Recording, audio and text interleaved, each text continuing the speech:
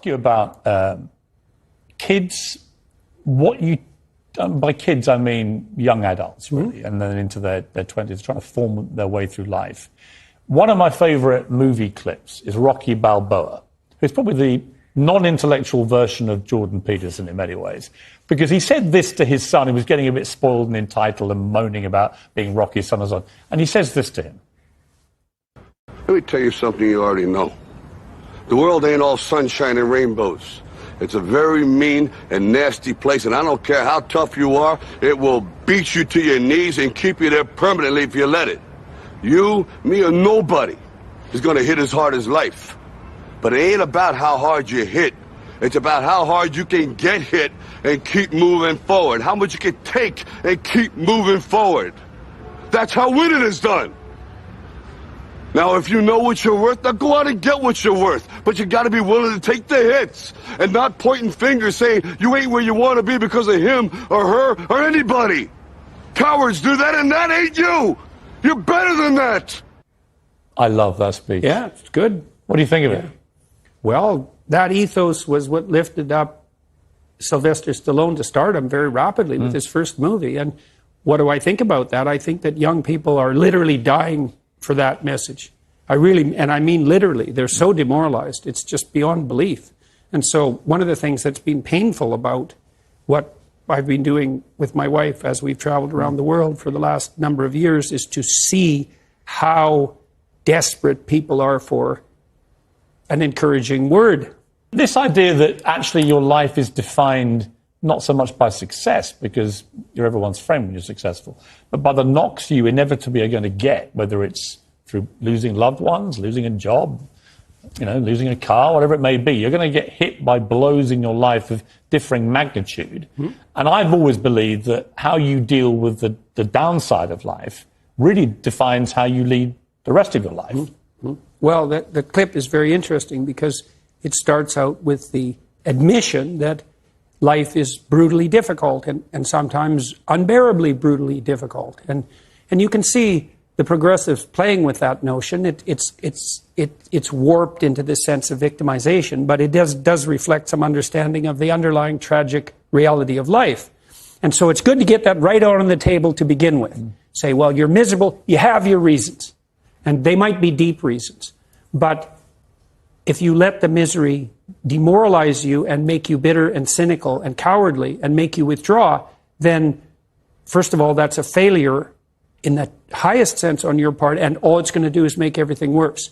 And then you might think, well, what do you have to respond to that? How do you respond to that catastrophe and challenge? And the answer is, and this is what Rocky is telling his son in no uncertain terms, is like, terrible as things are, there's a lot more to you than you can possibly imagine. And that if you face those things forthrightly and with some faith and courage, then you can have the adventure of your life and prevail even over catastrophe. And that's true. Right. So, I couldn't really get my head around why so many young people feel so anxious all the time compared to when I was young, when that wasn't really a big thing amongst my friendship group, certainly.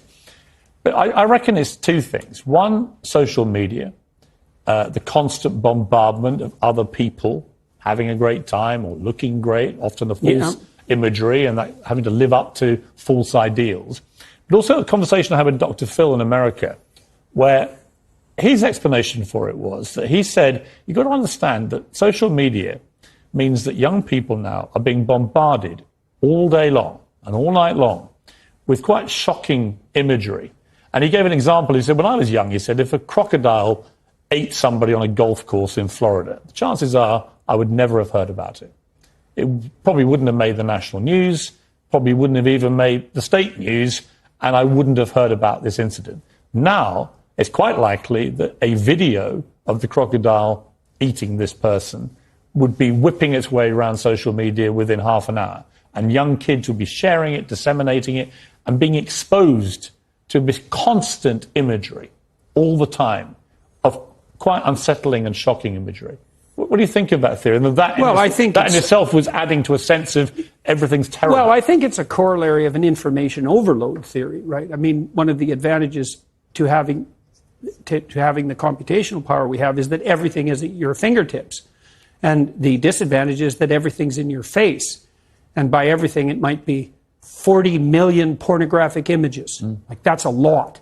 Or an endless array of tragic scenarios. And really endless. And so that's a problem. And the fundamental problem is, how do you handle the fire hose of information? And no one really knows the answer to that. But we should also point out that it's no wonder that young people are demoralized and anxious, because we're doing everything we can to demoralize them and make them anxious. So on the masculine front, we tell young boys that, well, the world's a terrible patriarchal tyranny, and all of that patriarchal tyranny, which is the whole explanation for history, has done nothing but oppress and exploit people and destroy the planet. And so that any manifestation of that masculine impulse on your part is equivalent to the world-destroying force. Well, all masculinity now is branded toxic. Yeah. And I remember, I think the key moment for me came when Gillette, who'd always had these very masculine commercials with the big guy cuddling a baby or whatever it may be, they suddenly switched gears and did a campaign where it started with a lot of Me Too imagery and basically the assumption that all men are awful until they can prove otherwise. And I predicted in a column this would be a complete disaster for them. And sure enough, $9 billion later, they did a screeching U-turn and went back to the big guy cuddling the babies. Because actually, two things I think about that. One, most men are not awful, actually. And secondly, not all the time. No, some men are, obviously. Some women are pretty awful. But not most of them. But if you try saying that and not getting cancelled.